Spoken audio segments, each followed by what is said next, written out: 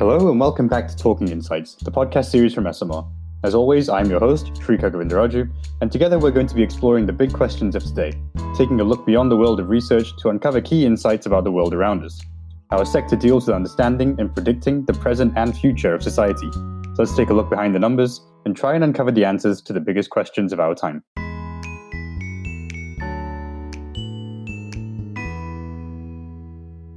Conspiracy theories have been a part of the social psyche for centuries. People have always looked to challenge established thinking, find hidden meaning in symbols, and search for a grand, unifying plan that explains the world around them. From the Freemasons to ancient aliens, the New World Order to the Deep State, conspiracies have undoubtedly become part and parcel of society and culture.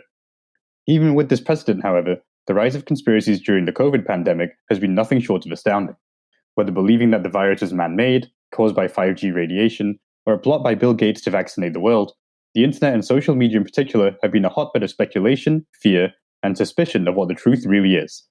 Today we discuss a fascinating study carried out by King's College London, exploring the connection between social media usage and belief in COVID conspiracy theories, and also explore what this means during the current pandemic and how conspiracies as a whole have shaped our society. I'm delighted today to be joined by the author of this study, Dr. Daniel Allington, Senior Lecturer in Social and Cultural Artificial Intelligence at King's College London and Deputy Editor of the Journal of Contemporary Antisemitism. Dr. Allington, thank you so much for joining us today. Thanks for inviting me, Shrika. Thank you. So let's start with, we're talking conspiracies here and during coronavirus as well. From your point of view, what to you makes or defines what a conspiracy theory is? Are there some set parameters that you look for when you classify something as a conspiracy theory? That's a very interesting question and a very difficult one to answer. There have been many books published on conspiracy theories, and usually one of the first things that the author will try to do is to try to define a conspiracy theory. So there have been lots of attempts to do that, and it's not easy. But I think the most important thing in explaining what a conspiracy theory is to distinguish it from what it is not. Not all accusations of conspiracy are properly described as conspiracy theories. The police investigate criminal conspiracies all the time. There are many criminal offences, such as insider trading. That's a sort of a conspiracy. And it's important to recognise that if just accusing someone of participating in some sort of conspiracy is not in itself that doesn't mean you're a conspiracy theorist. That's not in itself a conspiracy theory.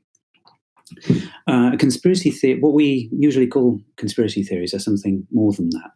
They are grand explanations of history, of current events, of social reality, where the explanatory principle, the thing that explains everything, is that a group of people got together in secret and they made a plan they made a plan in secret to kind of pull the wool over everybody's eyes, to trick everybody else, and to manipulate everybody into doing things that are not in their interests.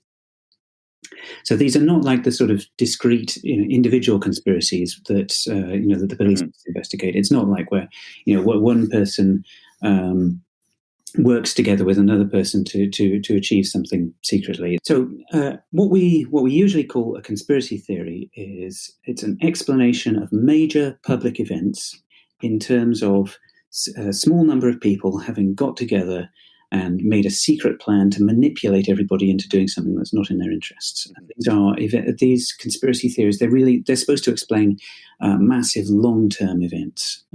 It's not just a couple of people getting together to break the law on one occasion. Mm-hmm. And do you think this is something that's quite recent, or is it something that has been present throughout history? Because when I think of conspiracy theories, I think of things, the moon landing hoax kind of idea, things originating from the 20th century onwards. How long historically have conspiracy theories, in the sense of the definition you've given, how long have they existed? And are there some early examples that you can point to? Well, most scholars of this phenomenon would agree that conspiracy theories, as we understand them today, really date back to the aftermath of the French Revolution. Before that, you have people accused of conspiracy, obviously, and you have real conspiracies going on. And some of the conspiracies that people are accused of are very grand, but what we understand today as conspiracy theories, it really gets started in the aftermath of the French Revolution, and they come in as a way of explaining the French Revolution. And this we have conservative figures, so figures who wanted the monarchy to continue, usually conservative Catholic figures associated with they wanted the l'Ancien Régime to continue as it had before. And they wanted to explain why this, in their view, terrible thing had happened. How could it have happened? And the first explanation that came up of this kind, it was from a priest called Augustin Baruel, and he argued that the French Revolution had been brought about by the Freemasons and the Illuminati. Okay, yeah. And now, by that point, the Illuminati had not existed for quite a long time. They were an organization that was founded in Bavaria in Germany. It had been defunct for a long time by that point. The Freemasons, of course, were real and they existed. They were, at that time, a very progressive organization. A lot of free thinkers joined the Freemasons, wanting to get away from religious superstition, etc. The argument was that they had kind of secretly conspired together to produce the French Revolution. Now, quite soon afterwards, to these two groups of conspirators was added a third, which was the Jews. So very soon afterwards, the argument comes to be that it's the Freemasons, the Illuminati, and the Jews. They working together produced this major social consequence of the French Revolution. And of course, one of the reasons for that was that the French Revolution had benefited. It had led to the emancipation of the Jews in France. So some people who saw other consequences of the French Revolution, which they were less positive about, they were saying, well, who benefited from the revolution? The Jews did. So the Jews must have been in some way responsible for this. So that was really how the conspiracist explanations got started. Now, soon after that, there were other conspiracy theories which appeared. That was the conservative conspiracy theory in France, the idea that the revolution had happened because the Freemasons, the Illuminati, and the Jews had made it happen. But quite soon afterwards, we have a radical conspiracy theory appearing, which is looking at the revolution as it has actually happened and saying, well, this hasn't really turned out as we thought it was going to. Why has it all gone so horribly wrong?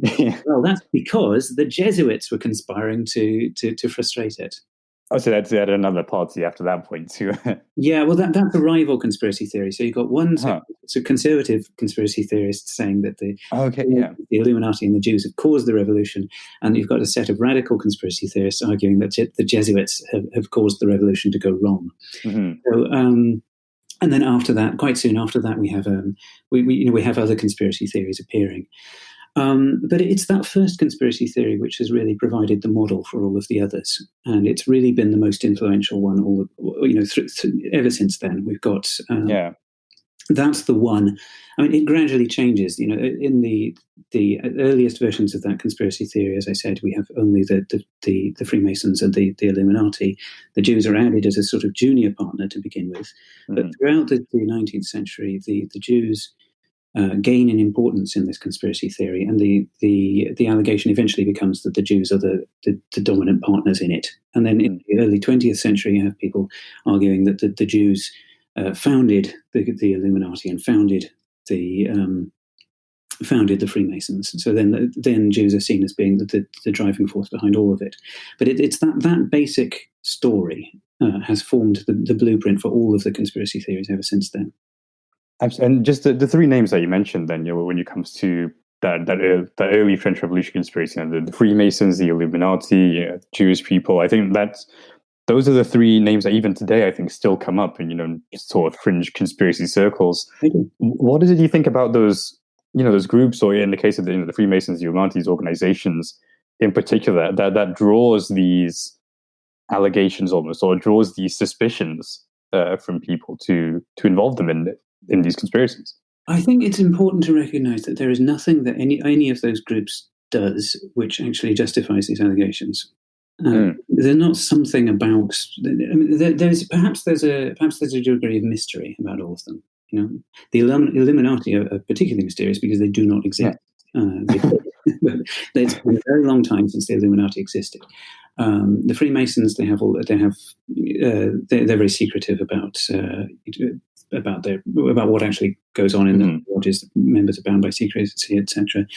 Jews are not secretive in the same way, but I suppose you could argue that because Jews don't preach their religion and try to convert people to it, maybe that makes people think that they might be hiding something. I don't know, but it's really important to recognise that none of these groups has done anything that would actually merit these allegations against them. It is a fantasy, and that's why I will use the word conspiracy theory when I'm talking to members of the public, but I prefer to use the word the conspiracy fantasy to describe what's going on. These are fantasies.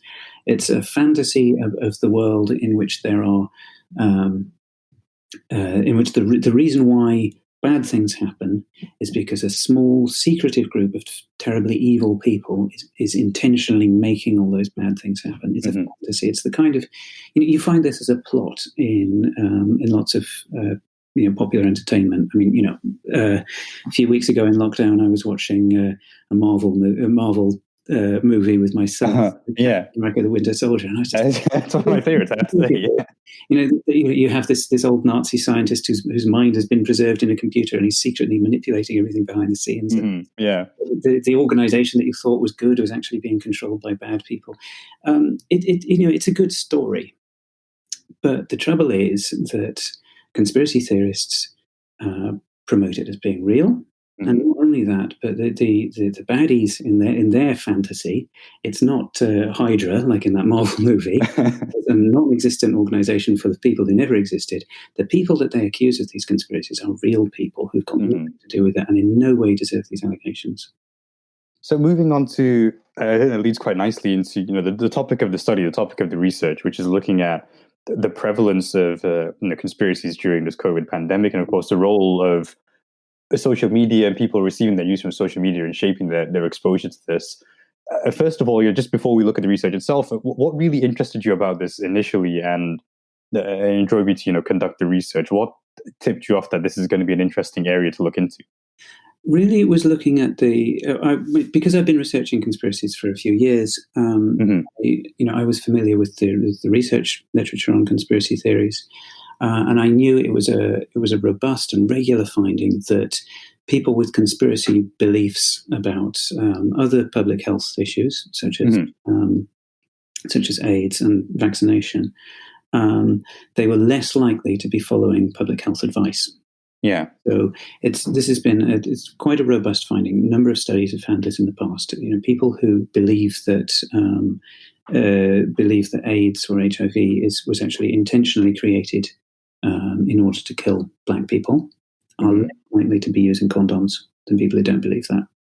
People who believe that vaccinations are in some way, that people who believe in conspiracy theories connected with vaccinations, that vaccination programs are in some way nefarious, they are less likely to be vaccinating their children. So I knew that there was this finding that people who believe in conspiracy fantasies connected with public health issues are less likely to be following public health advice. And I thought, it seems likely that people who believe in these conspiracy theories connected with COVID-19 are less likely, will be found to be less likely to be following public health advice with regard to social distancing, hand washing, etc. And that I set out to research, and of course that's what we found. So then there's two sides to this, of course. There's the actual COVID pandemic, which is very much ongoing as of us recording this conversation, and of course the social media side, the social media phenomenon, which over the past 10 years or so has just become this absolute minefield in a way of information and misinformation. How have you seen, in your line of work, in your line of study, how have you seen the role of social media evolving over the course of the past few years to become not just a news source, but the primary news source for a lot of people? How has this impacted, these conspiracies and the prevalence and the spread of them? Well, yeah, you've put your finger on it there. One of the major changes of the last 20 years or so is that people are getting more and more of their information from internet sources. and less of it from the more conventional sources, such as printed newspapers, broadcast television, etc. The problem there is that this, whereas, I mean, let's say a newspaper publishes something, okay, which is not true, okay? You'll find some people who read the newspaper will read it and believe it. Others will read it and realize that it's not true and complain about it. Mm-hmm. But nobody sees your social media feeds except you. So, and nobody sees mine except me. And it's the same for everybody. We're all getting this personalized, individual stream of posts coming to us, tailored for. So this the same. Whereas in the past, everybody in one. In America, there was the great tradition of local newspapers for particular cities. In Britain, we've had where our major newspapers have tended to be the national ones. Mm-hmm. Each of these newspapers was read by many, many people. You get radio news broadcasts heard by even more people. You get television news, which was, in the latter part of the 20th century, the major source of news. Mm-hmm. Millions of people watching the same broadcasts.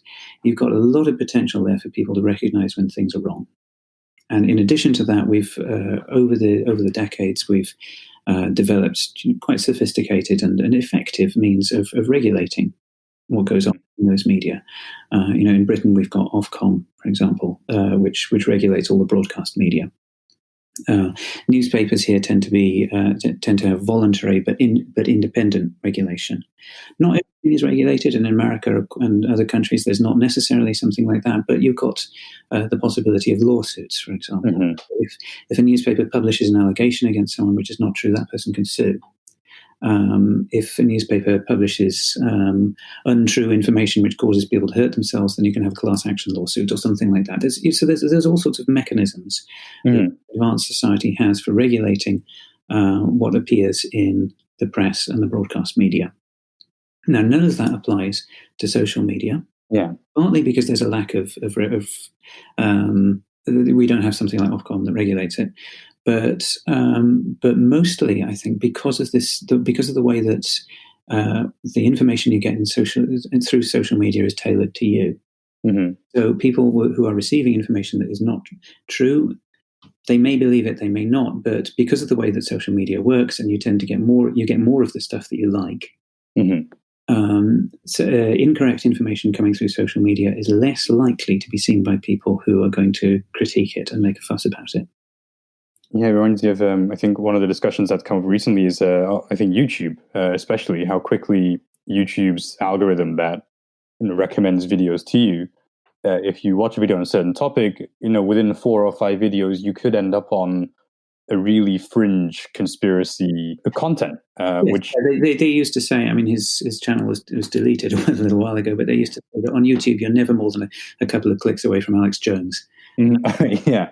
I mean, this is a real problem because it's showing YouTube and the other social media platforms, the other major ones anyway, what they're geared up to do is to give you more of the kind of stuff that you're likely to respond positively to. Mm-hmm. And that unfortunately means that, if you start watching and liking things which are, a little bit inclined in that direction towards the conspiracy theories, you're likely to be directed down a rabbit hole of more and more bizarre and extreme content. Mm-hmm. And nobody's regulating this properly, and also because it tends to be consumed in private, people who haven't gone down that rabbit hole don't necessarily realize it's there. Mm-hmm. Another thing I found in other research is that, again, probably because of this, people who watch these videos tend to be, I believe they are disproportionately likely to be positively predisposed to accept the message of the videos to begin.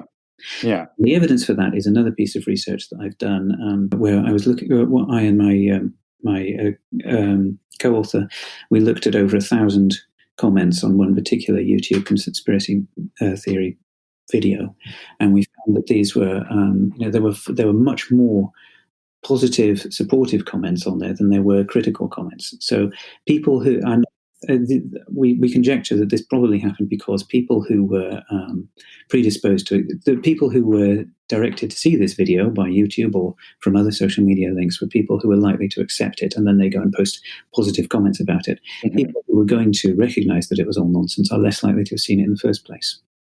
And then you get, other people who accept the video and like it. They will also like the positive comments. They will click the thumbs up on them. They'll click the thumbs down on the negative comments, so they disappear from view. And before long, you've got this real echo chamber having appeared, where you've got videos promoting these untrue and often racist ideas. And all of the all the top comments on them seem to be positive. Seem to be saying, keep up the fight. You're a truth teller. You're so brave telling this truth. Yeah. And this doesn't happen with TV or newspapers. It just doesn't happen. So we've got the echo chamber confirmation bias kind of effect. The term echo chamber originally it was originally proposed actually to discuss conventional media. Actually, it was about conservative radio shows in America, and the way that they sort of echo each other. But that's there's far more potential for that to happen on social media than there ever was on the legacy media. And when it comes to social media, when it comes to creating these echo chambers and these people searching for that confirmation bias, what do you think it is about the COVID pandemic in particular that has made it such fertile ground for these conspiracies and for the spread of this misinformation via social media in particular? Well, in fact, every time there's a major public health emergency around an infectious disease, there are conspiracy theories. This is one of the, there were conspiracy theories around SARS. There were conspiracy theories around Zika. There were conspiracy theories around AIDS. So the conspiracy theories they quite reliably emerge as popular explanations of infectious disease. So it was always quite likely that this would happen with COVID-19 as well. I think the reasons why people tend to why some people jump to conspiracy theories as an explanation of infectious diseases is because infectious diseases are mysterious. You can't see the infection happening. The viruses or the virus particles or the bacterial spores or whatever, you can't see them. They're invisible to the naked eye. You can get ill without having seen anything happen. So it's sort of mysterious and sort of magical seeming. Also because these are often deadly, they're also frightening. So you've got people being frightened about something, quite reasonably frightened about something mysterious with an unseen cause. So already you've got, you can see how that ties into the conspiracy mythology, fantasies about major world events being caused by secret conspiracies of hidden people, working away in the shadows to make bad stuff happen. It's not like, of course, there are many conspiracy theories which come to explain wars or something like that, but it's different. For example, planes flying over and dropping bombs or something like that, which you can actually see. Of course, conspiracy theorists do come up with wildly implausible fantasies as explanations for why wars happen or for things that happen in wars. But with infectious diseases, I think there's because of their mysteriousness, in the popular imagination, they have an affinity with this idea of conspiracies. But looking at the study itself, one of the questions that I found fascinating was when it came to the reporting of the death rates, reporting of the numbers who were suffering from COVID. Just a few weeks ago on another podcast, we're discussing the effects of lockdown and how one of the issues with having these constant daily updates in terms of numbers of dead was almost this numbing effect to the scale of what was really going on. Do you see that also playing a role when it comes to, in the findings of the study, people who believe these numbers are either over-reported or, being exaggerated for the sake of pushing this to become more of a crisis? Or well, I think that's a different thing there, because it's not. This is people seeing those numbers and saying, "I don't believe it." then there's there's a different thing of people possibly seeing these numbers over and over again and becoming sort of numb to them. This is people seeing them and just saying, "I don't believe it. This is made up." And people not just saying these numbers are wrong, but they are that somebody is trying to deceive us. There's allegations at the moment that the way that some of the COVID deaths, the way that COVID deaths have been counted in some totals causes a small level of exaggeration inadvertently. Yeah, that's not what this is about. It's not that some deaths have been inadvertently misclassified as COVID related when they may not have been. This is people believing that somebody is actually deliberately tricking us. And that's it's much more of a minority position to react like that. Most people won't assume that they are lying to us, but some do, and that's strangely enough, that was one of the conspiracy theory beliefs which we found was most predictive of holding other conspiracy theory beliefs. So, if somebody believes that the COVID-19 death toll is being deliberately exaggerated, not just that it might be inadvertently a little bit higher than it should be. If they believe that it's been deliberately exaggerated, then they're quite likely to believe in other conspiracies around COVID-19. Yeah.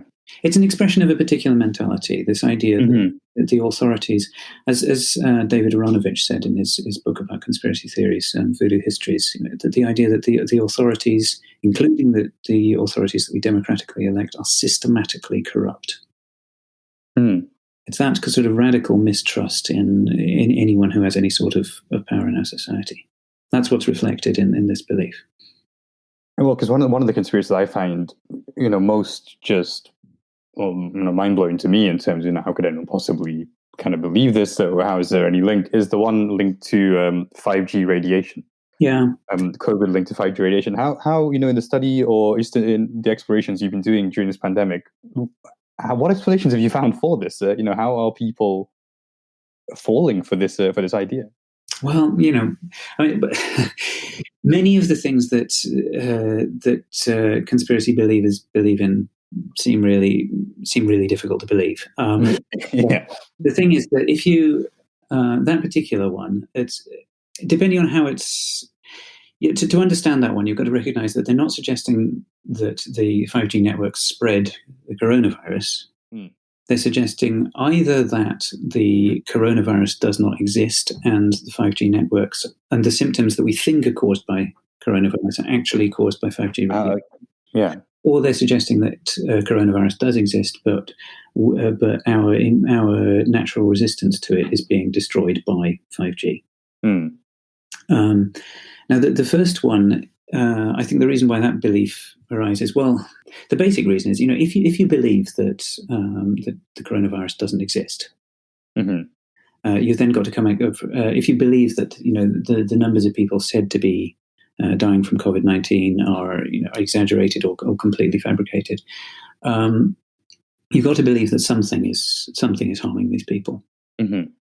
Now, some conspiracy theorists will suggest that actually it's, these people are dying of all sorts of different things, like heart attacks and whatever, and they're being misdiagnosed as having COVID-19. But, we do have there is a real spike in excess deaths. So more people are dying than normal. So if you acknowledge that more people are dying than normal, but you don't believe that they're being killed by the coronavirus, you've got to think of something else which is doing that.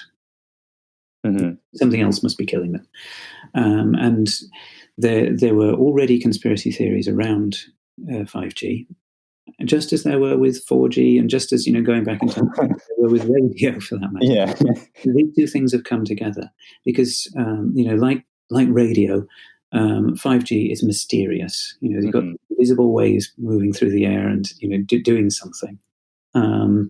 So it's sort of, in the popular imagination, it lends itself to conspiracy type thinking. Now, most people aren't going to indulge in that, and they aren't going to take it seriously if they hear somebody else indulging in it. But if you have someone who's already so radically mistrustful of the authorities that they think that people might actually be lying about the fact that people are dying of a virus, then they may use this as an explanation for, well, okay, then why are the people dying? Well, maybe it's 5G. And you get this idea, 5G is new, it's mysterious. COVID-19 is new, it's mysterious, maybe there's a connection. That's the way that the logic works. During the course of the study, how did you find the correlation between social media use in particular, so the use of several platforms that you do list, such as Facebook and YouTube? How do you relate the usage of those to the belief in the conspiracies that are put forward in the search as well, in the research? Well, what we found was that the more somebody uses what we in a paper published in Psychological Medicine, what we call the legacy media, that's newspapers and magazines and television and radio, the more people rely on those for information about coronavirus or COVID-19, the less likely they are to believe in conspiracy theories. Okay. On the other hand, the more people rely on social media, we asked about specific platforms, we asked about YouTube, Facebook, Twitter. The more people use those rely on those for information about this disease, the more likely they are to believe in conspiracy theories. And that effect was stronger for some platforms than for others.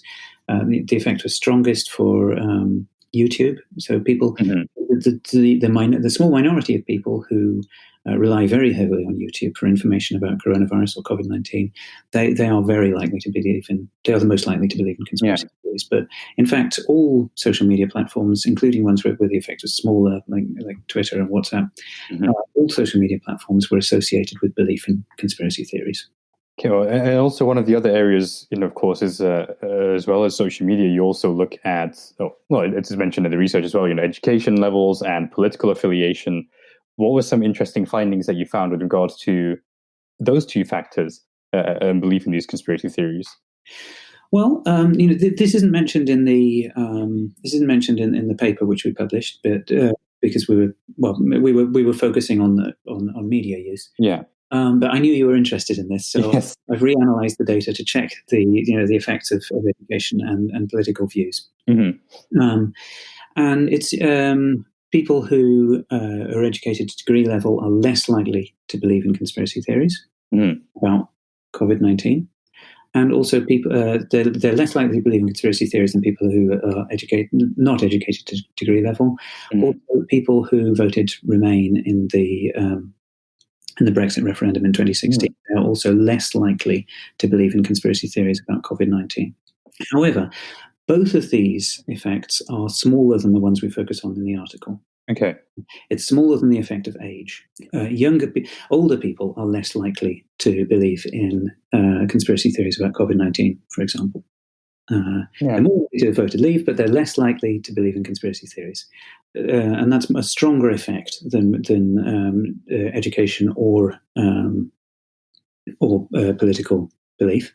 Oh, sorry, voting history, rather. We didn't ask about political beliefs, but we do know. Sorry. Age is a much stronger predictor than education or political position. But the strongest predictors of all were media usage. So the use of social media, the effect of social media to increase a person's likelihood of believing in conspiracy theories. That was the major predictor that we found. That's, I think, it addresses one of the questions that I had about the study, which was, when it came to the question of age, young people being more likely to believe in, I think one of the statistics here, 22% of 16 to 24-year-olds believe 5G is linked to COVID-19, which is the highest of any of the age groups. I found that slightly counterintuitive in a way, because for myself, as a young person, as someone who's grown up using social media, I felt as if, we're more critical or more likely to critically assess information that we're presented online, having seen the development of, platforms such as Facebook, going from the simple friend sharing, sharing pictures and statuses platform into what it is today. Just from, whether it's something you found in the study or from your own kind of thoughts on the subject, why do you think it is that we're seeing it the other way around? Is it mostly just is it related to the usage, or is there something deeper going on with regard to younger people and the information they're getting? It's a difficult question to answer. If you look at simply the effect of demographic variable, the effect of age seems quite large. The effect gets smaller once you include the media usage variables. It doesn't So at the moment, it seems that younger people are substantially more likely to believe in COVID-19 conspiracy theories than older people. A part of that effect is explained by their greater use of social media. So younger people, yes, probably younger people on the whole have more media literacy with regard to social media than older people because they're more exposed to it, etc. But on the other hand, they are more exposed to it. Yeah. So, if these beliefs are mostly being disseminated through social media, which, this study can't prove that, but it would be consistent with that. If these beliefs are mostly being disseminated through social media, then they will be being encountered more by young people. Now, out of those young people, there will be some who are more critical of what they consume and some who are less likely to be critical of what they consume. The more highly educated younger people are more likely to be critical of it. But because younger people are much more exposed to social media and much less exposed to legacy media, which provides more information about COVID-19, we would expect them, I think, to be at greater risk of believing misinformation and untruths. And also, just touching back on one of the other interesting statistical results, Leave voters, so 43%, were twice as likely as Remain voters, 20%, to believe that the virus was created in a laboratory. Is this linked, do you think, to what you mentioned before in terms of this distrust of authority? Is that also, are we seeing a similar attitude, distrust of the European Union, also leading to a distrust of what authorities are telling us about the virus as well? That's a really interesting question. I think it's important to recognise that there are many different reasons why people voted Leave in the referendum. Among those different reasons, there will be people who voted in order to leave because of their radical mistrust of authority. Some people will have voted to leave because they trust the British government more than they trust the EU. Yeah. Others may have voted to leave because they mistrust all governments. Yeah. And I think there may well turn. This is not something that our data would enable us to look into, but it may well be that there's an overlap between that latter category and the people who believe in conspiracies. Those who not only they don't just mistrust the EU government, but also mistrust the UK government. If you look at the conspiracy theory community online, people like David Icke, etc., you'll find that they're all leavers. They were all anti-EU. They were celebrating when Britain voted to leave, etc. Now that they are not representative of Leave voters as a whole at all, but there is there is a particular group of people that will have voted Leave and that will believe in conspiracy theories. That's clear. And you've made also, through discussion, you referred a few times to, we're distinguishing here between social media as kind of these newer forms, of course, things that are online, and legacy media you mentioned. So, traditional outlets like newspapers, TV, radio. Do you see this, has there been any role of those platforms as well through the pandemic as providing a platform for these conspiracy theories? Are we seeing any of these theories emerging from these legacy media outlets? Sadly, yes. I mean, it's important to recognize that overall, our finding was that people who rely on the legacy media, especially broadcast media, it's especially broadcast.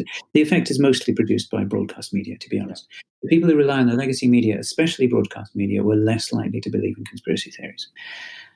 There have been cases where elements within the legacy media have promoted conspiracy theories.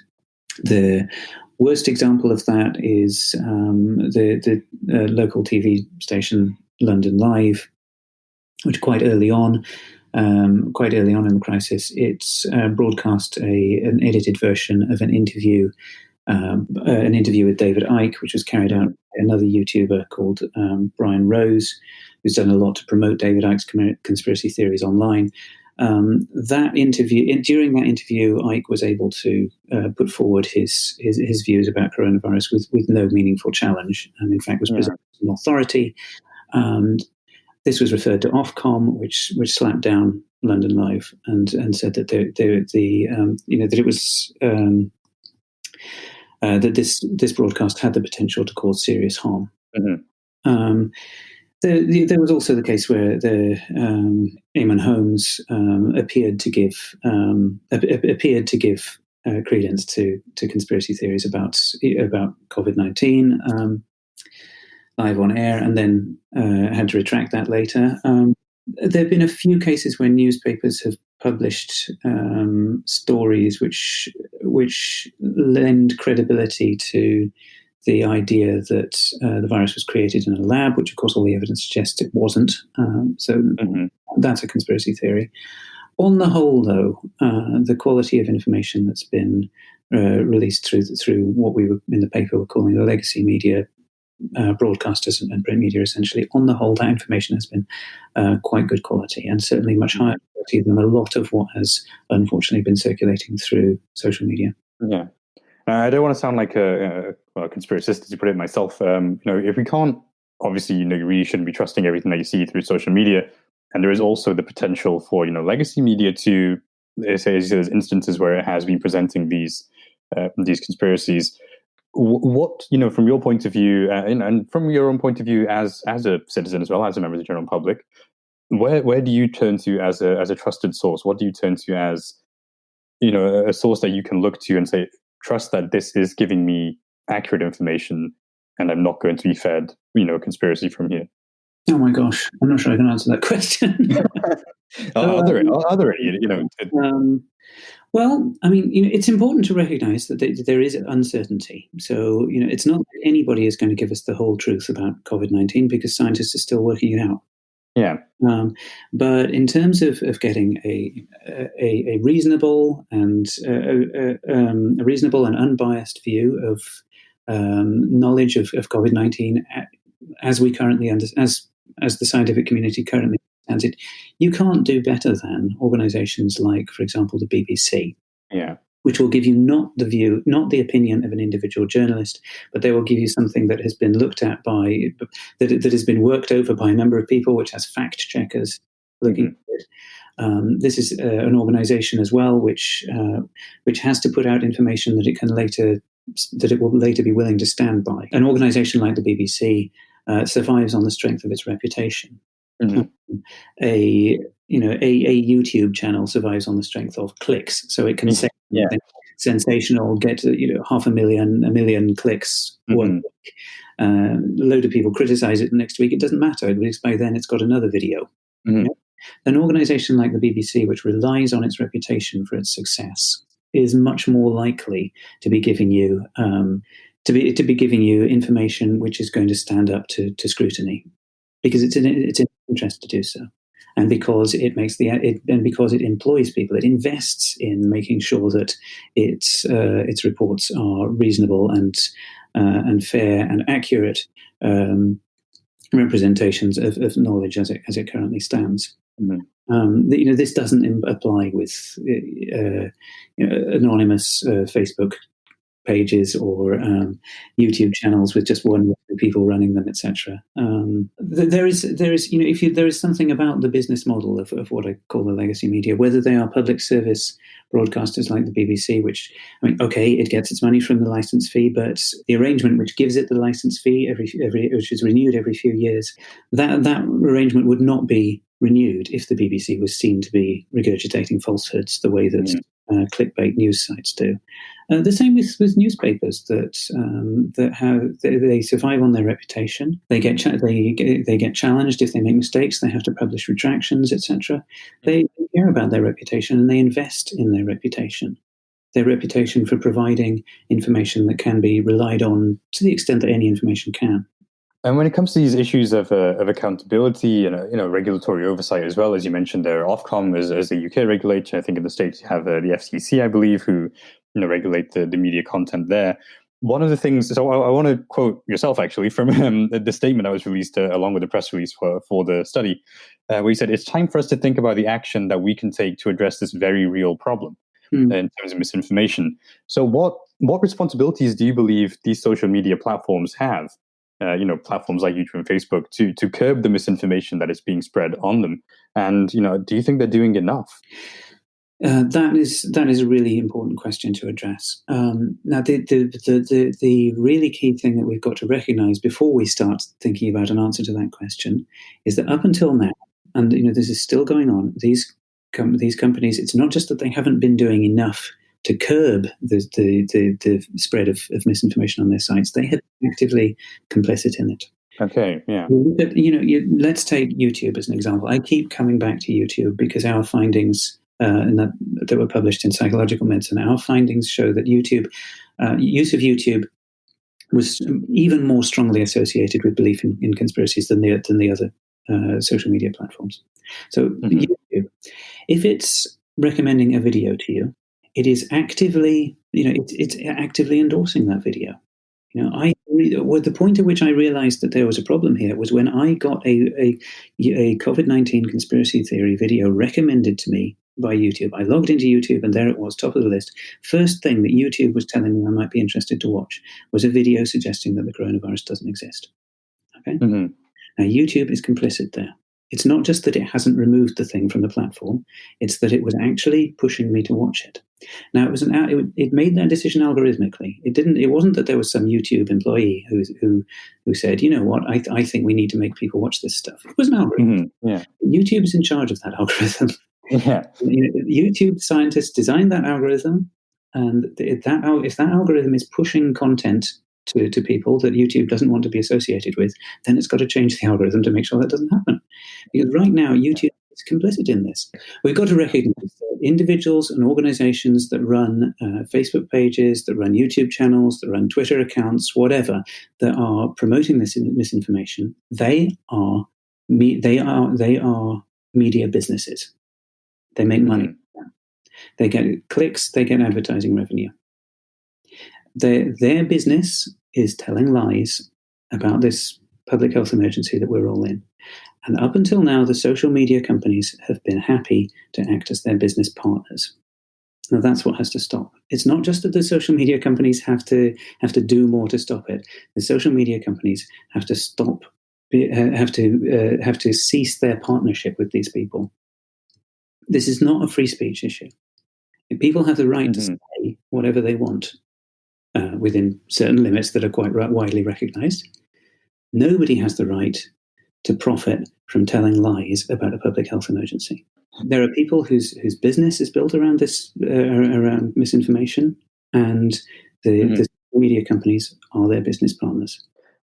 And also but in terms of, the content or moderating or even policing this content, let's say, we would continue looking at YouTube as this platform. They said there's 720,000 hours of new content that is uploaded on YouTube each and every day. Is it feasible even to expect YouTube to sift through all of this content to pick out these malicious and misinformative videos and either delete them or stop promoting them? How is there even a possibility that this could happen? I don't see any need for YouTube to remove every single conspiracy video. But if you have if you have videos that are getting 500,000 views, 1 million views, whatever, you can be sure that YouTube is aware of them. Yeah. This is what YouTube wants. It wants content which is getting this much attention. So it must be aware of this stuff. And it could be looking at those and saying, wait a minute, okay, this one is getting loads and loads of views. That's usually we would think that's really great, but actually this is a piece of content which we cannot be associated with for reputational reasons. Let's stop promoting it now. Maybe let's remove it from the platform. Maybe let's ban that content producer entirely from the platform. It doesn't matter if somebody releases a video that gets 4 or 5 hits. Yeah. Really doesn't. If you've got people who are making a lot of money for the platform by putting up videos that are getting hundreds of thousands of views and generating lots of advertising revenue for YouTube, some of which YouTube is then handing back to the content producers, then there is a clear business relationship going on there. Yeah. And I think that YouTube could quite reasonably be expected to terminate that relationship once it realizes what the content of videos is. And these videos do get reported. People report this stuff. You then have content checkers who are watching these reported videos and looking at them and making a decision. Should we remove this? Should we not? So it's not like YouTube will have any trouble actually identifying what the problematic videos are. And looking so we have from one tech giant, which is Google and YouTube, and looking the other way towards Facebook. Recently there has been some controversy around I think Twitter has started to either remove or censor tweets, and even censoring Donald Trump himself. Whereas Facebook has taken another stance of saying, this is an open platform. We don't really believe in censorship. We don't want to, curb the freedoms of people who use our platform. What are your views on that approach? It's much more almost just laissez-faire. It's a platform, let people do what they want on it. How do you view that attitude coming from Facebook, which is this hugely influential tech giant? We have 3 billion users. Is this going to lead to much bigger problems? Even looking beyond COVID as well. Well, believe it or not, bearing in mind what I've just said, I'm anti-censorship. My problem here isn't that people are being allowed to express their opinions. My problem here is that these social media companies are making money in partnership with people who tell lies. Yeah, that's not a free speech issue. Now, I think we've got to be very careful that whatever solutions social media companies, because I think social media companies can be pressured to start taking action to remove this sort of content, regardless of how much money it makes for them. They can be pressured to do that, and I hope that it will happen. But we've got to make sure that whatever approaches they take to doing that do not lead to the suppression of legitimate political discourse. Yeah. I don't want to see censorship of people's political opinions. It's more hit them in the wallet rather than taking away from the rights and freedoms of individuals. Yes, but the trouble is that the policies can be misapplied. And like a good example of this is we're going off the topic of COVID-19, but YouTube, various social media platforms, including YouTube, have policies which forbid terrorist content, which is great. Terrorist content should be allowed there. The trouble is that stuff gets removed which wasn't terrorist content. Okay, so you've got actually videos which have been taken by citizen journalists and uploaded to YouTube and provide evidence of atrocities happening. There have been many cases where those have been wrongly removed from the platform. So the trouble is, whatever policies the platforms bring in, they could have these negative consequences. We could very easily see legitimate political points of view being censored, which I don't see. So I think what the platforms have got to do, it's not just about pressuring them to take action against forms of content that hitherto they've been happy to make money from. It's about making sure that they do it in a way that is transparent and that is accountable.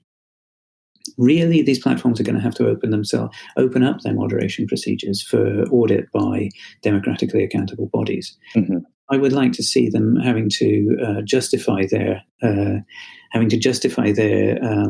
policies and the way that those are implemented algorithmically and in terms of training for content moderators. I'd like them to see them justifying that and providing evidence that it's working as intended to public authorities.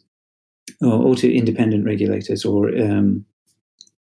that will then be able to verify that they are not removing content that should be allowed to remain.